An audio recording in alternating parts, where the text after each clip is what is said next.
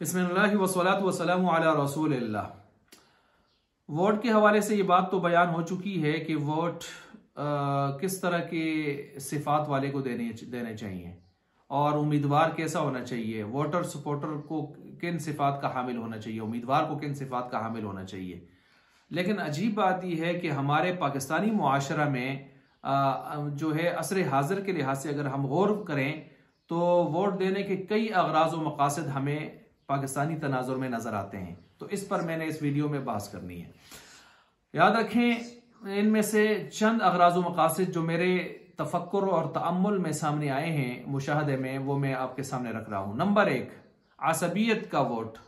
असबियत ये पार्टी बाजी जिसको हम कहते हैं, पार्टी बाजी और लीडर परस्ती भी इसको कह सकते हैं। ये वोट भी इस तरतीब से दिया जाता है और बल्कि असबियत का वोट इस कदर जो है गालिब है इस वक्त, पार्टी बाजी और लीडर परस्ती, शख्सियत परस्ती जिसको कहते हैं, कि कुछ लोग तो ये कहते हैं हमारे जमात का, हमारे लीडर ने अगर हमारी जमात ने, हमारे लीडर ने अगर किसी गद्दे को, खंबे को भी अगर उम्मीदवार बना दिया तो हम उसको भी वोट देंगे।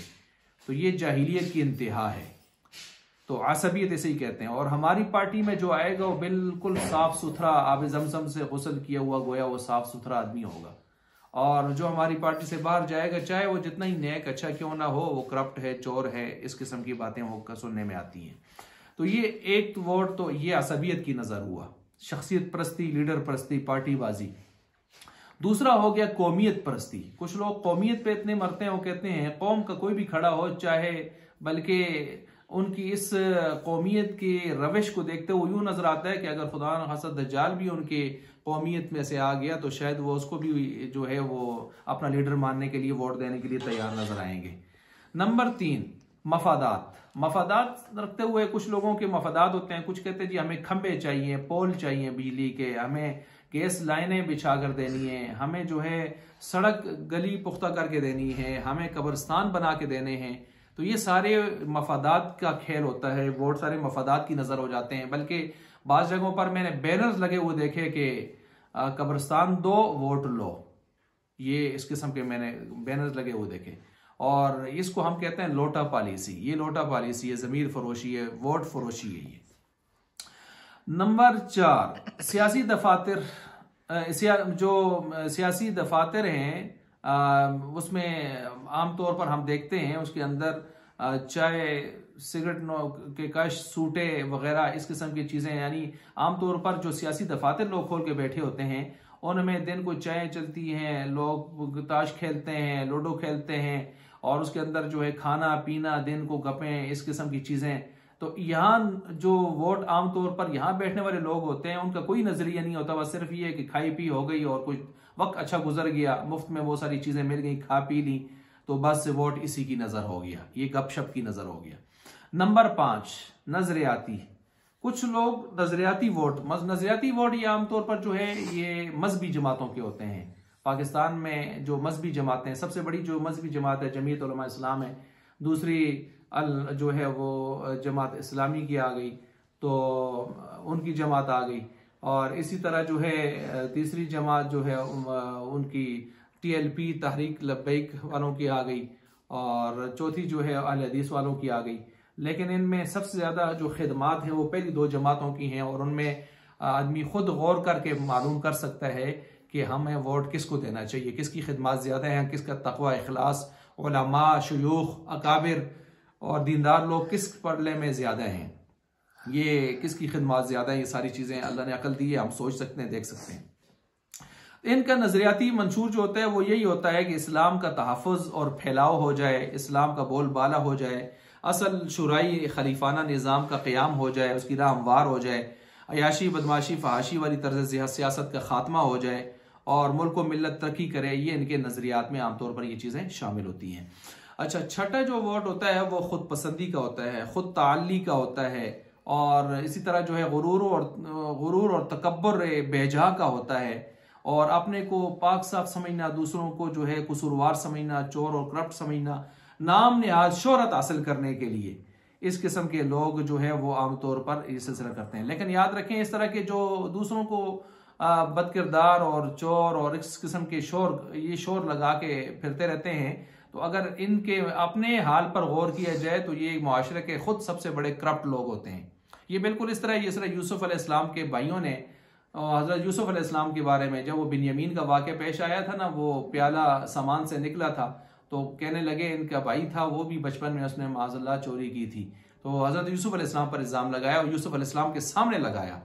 हालांकि ये इल्ज़ाम यूसुफ अलैहिस्सलाम पर लगा रहे थे, वो तो मजलूम थे और बिल्कुल मासूम थे, और इल्ज़ाम लगाने वाले यूसुफ अलैहिस्सलाम के भाई खुद इस वक्त कसूरवार थे, कातिल थे अपनी तरफ से। इन्होंने यूसुफ अलैहिस्सलाम को गोया कुएं में डाल के शहीद कर दिया था, फेंक के गोया शहीद कर दिया था। तो खुद जो है कसूरवार, जुर्म के मुर्तकिब, जराइम के मुर्तकिब, वो एक मासूम पर इल्ज़ाम डाल रहे थे। तो आमतौर पर ऐसे मुआशरे में भी मैंने कई ऐसे लोगों को देखा जो दूसरों को करप्ट तो कहते हैं और कहते हैं फलां लीडर हमें इसलिए अच्छा लगता है कि वो चोरों के मुकाबले में है, लेकिन मैंने उनकी अपनी जिंदगी पर जब गौर किया तो उसमें मुझे बहुत ज्यादा धांधलियां और करप्शन नजर आई, और उनमें बाज ऐसे भी नजर आए जो बड़े बड़े स्कैंडल्स के अंदर पकड़े गए और आज भी बड़ी बड़ी जेलों के अंदर वो बंद हैं, लेकिन उनकी जुबानों पर इस तरह की बातें आती थी।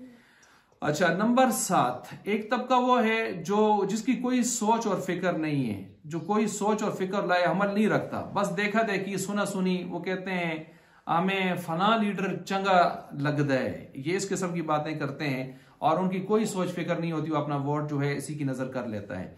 अच्छा, नंबर 8, वोट के सौदागर। कुछ लोग ऐसे होते हैं, कहते हैं जी जो हमें 1000 रुपये देगा, 5000 देगा, 3000 देगा, ये वोटों की आमतौर पर जो है फरोख्तगी सुनने में आती है दाएं बाएं इधर उधर। तो इस किस्म के सिलसिले भी आमतौर पर नजर आते हैं, जिसकी वजह से वोट फरोख्त हो जाते हैं और बर्बादी तबाही की तरफ चले जाते हैं। नंबर 9, वादा मजबूरी में आकर। कुछ कहते हैं जी हमने फलां से वादा किया हुआ है, आप वादा की खिलाफ वर्जी नहीं कर सकते। हालांकि याद रखें, वोट आपका कोई जाती हक नहीं है कि आप वादे करके बैठ गए, ये कौमी अमानत, कौमी हक है। आपको किसने कहा है कि आप वादे करते फिरें? और अगर वादा कर भी दिया है तो अगर आप देखते हैं कि उसके मुकाबले में एक ज्यादा हकदार आदमी है तो आप इसको तोड़ दें, कोई गुनाह नहीं है। एक जगह एक बच्ची की मंगनी हो गई और कल पता चला कि वो आदमी ठीक नहीं है और उसके मुकाबले में दूसरा एक मुनासिब रिश्ता नजर आ गया, रिश्ता आ चुका है, तो बिल्कुल इस मंगनी को तोड़ के और दूसरी जगह पर जो है उसका सिलसिला निस्बत जोड़ी जा सकती है, इसमें कोई गुनाह की बात नहीं है। इसी तरह जो है नंबर 10, जिस तरफ ज्यादा शोर शराबा देखा, बाजारों में झंडे ज्यादा लगे हुए जिसके देख लिए, ज्यादा शोर शराबा देख लिया। आजकल जो है आजकल की सियासत क्या है, नाच गाने हैं, नए नए जो है गाने और ओबाशी है और नाच गाने और इस किस्म के सिलसिले हैं, डेग लगे हुए गाड़ियों के ऊपर और पूरे बाजार में, शहर में वो जो है बेहयाई का एक समा होता है। लोग इसी को सब कुछ समझते हैं और यही असल सियासत समझते हैं और अपना वोट जी सब उसको दे रहे हैं, सब उसके पीछे हैं, झंडे ज्यादा उसके लगे हैं, शोर ज्यादा उसका हो रहा है, तो चले मैं भी वोट अपना उधर ही दे देता हूं। तो इस किस्म की बातें सुनने देखने में आती हैं, इस तरह हमारे वोट तबाह बर्बाद हो जाते हैं। हमें सोचना चाहिए, ये भी ज़हन में रखना चाहिए, बाहर के जो लोग हैं वो हमारे इन इलेक्शन से ये अंदाजा करते हैं, मुसलमान भी और कुफार भी। जिस तरह हम कहते हैं ना कि तुर्की में इलेक्शन हुए तो मजहब पसंद कौन था, तुर्की में के अंदर जो है वो तैयब अर्दोगान था, तो दूसरे जो है मुकाबले में सेकुलर पार्टी थी।